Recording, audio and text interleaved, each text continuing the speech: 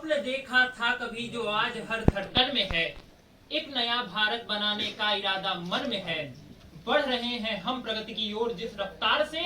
कर रहा हमको नमन यह विश्व भी उस पार से। प्रगति के उसी संकल्प से वर्तमान पीढ़ी को अवगत कराने हेतु मैं पूनम नंदन आदित्य संसद भवन के केंद्रीय कक्ष में राष्ट्रीय युवा संसद में बिहार का प्रतिनिधित्व करने के उपरांत इस ऐतिहासिक हॉल में जो वैज्ञानिक चेतना की प्रयोगशाला है उपस्थित हुआ हूँ। इस हॉल में उपस्थित प्रत्येक सम्मानित सदस्य को मेरा कोटि कोटि प्रणाम। 15 अगस्त 2022 को प्रधानमंत्री मोदी ने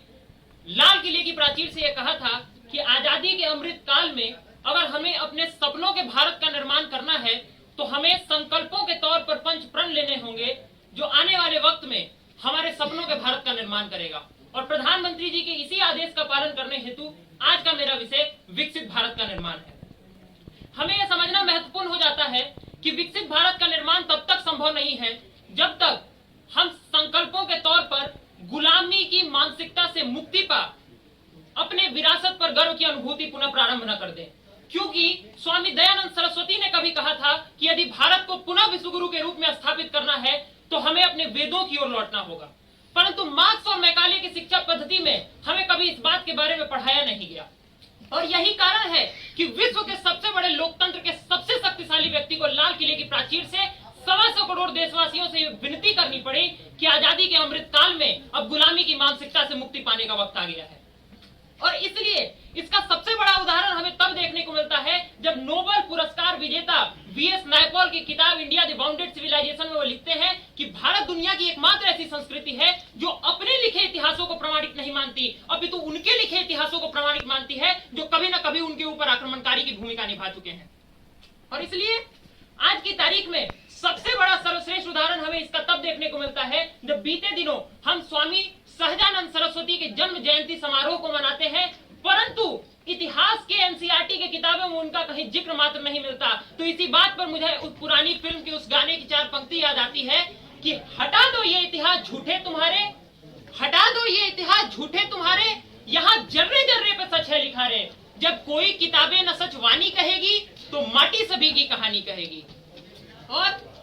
विकसित भारत के निर्माण के संकल्प के साथ आगे बढ़ते हुए विश्व की सबसे प्राचीनतम सभ्यता होने का हमारा अनुभव जय जवान, जय किसान, जय विज्ञान और जय अनुसंधान के रूप में आज हमारा मार्गदर्शन कर रहा है। और इसलिए रिसर्च से डेवलपमेंट और डेवलपमेंट से एम्पावरमेंट की ओर बढ़ते वक्त हमें यह समझना होगा कि डेवलपमेंट का रास्ता इन्वेस्टमेंट से, इन्वेस्टमेंट का रास्ता स्टार्टअप और स्टैंडअप से, स्टार्टअप का रास्ता स्किल डेवलपमेंट और स्किल डेवलपमेंट का रास्ता एजुकेशन से होकर गुजरता है। और इसलिए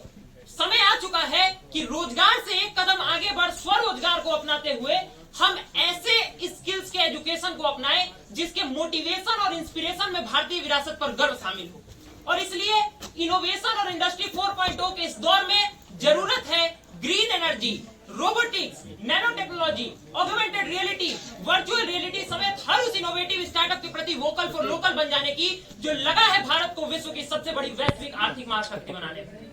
और इसलिए आगे बढ़ते वक्त यह बात जानना बहुत महत्वपूर्ण हो जाता है कि आज संपूर्ण विश्व भारत को इन्वेस्टमेंट के नजरिए से अथाह संभावनाओं के महासागर के रूप में देख रहा है, जिसका सबसे बड़ा प्रमाण 83.57 बिलियन यूएस डॉलर्स के रूप में भारत के इतिहास के सबसे बड़े फॉरेन डायरेक्ट इन्वेस्टमेंट के रूप में देखने को मिलता है। इसके साथ साथ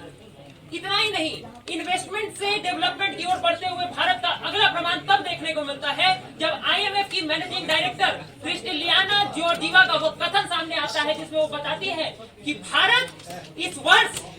वैश्विक विकास में अकेले तौर पर 15% से अधिक का योगदान दे रहा होगा। इसके साथ साथ आगे वो बताती है कि ये डिजिटल इंडिया के बढ़ते प्रभावों का ही परिणाम था कि जब संपूर्ण विश्व कोविड पैंडेमिक से जीतते हुए पोस्ट कोविड एरा के इस दौर में जब संपूर्ण विश्व की विकास दर 3.4% से घटकर 2.9% पे आ रही है, उसी वक्त भारत का विकास दर विश्व की दुगनी तेज गति से उदित होता हुआ 6.1% को भी पार कर रहा है। और इसलिए अंत में केवल इतना ही कहूंगा कि डिस्कवरी पे कुछ सालों पहले तक एक बहुत प्रसिद्ध शो आता था स्टोरी ऑफ इंडिया। उसमें माइकल वुड ने 2007-8 में एक बार एक बात कही थी कि by the mid of this 21st century, if India goes in a proper direction, even in economy, it can not only overtake China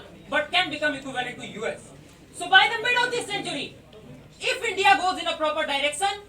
India can be the biggest and the richest nation on the earth. और अगली पंक्ति सबसे महत्वपूर्ण है, the place at which it remained for the most of the time. तो अंत में निष्कर्ष के तौर पे केवल यही कहूंगा कि आइए हम में से यहाँ बैठी हुई हर युवा शक्ति राजनीतिक इच्छा शक्ति की जननी पाटलिपुत्र की इस भूमि से दोनों हाथ उठाकर संकल्प करें कि जब तक हम सब विकसित भारत और विश्व गुरु भारत के सिंहासन पर मां भारती को पुनः सिंहासनारूढ़ नहीं कर देते, तब तक हम में से कोई रुकेगा नहीं, थमेगा नहीं। और पूर्व प्रधानमंत्री सत्य अटल बिहारी वाजपेयी के शब्दों में, उस स्वर्ण दिवस के लिए आज से कमर कसें, बलिदान करें, जो पाया उसमें खो न जाए, जो खोया उसका ध्यान करें। जय हिंद, जय भारत, भारत माता की जय। सर्वे भवन्तु सुखिनः। बहुत बहुत धन्यवाद।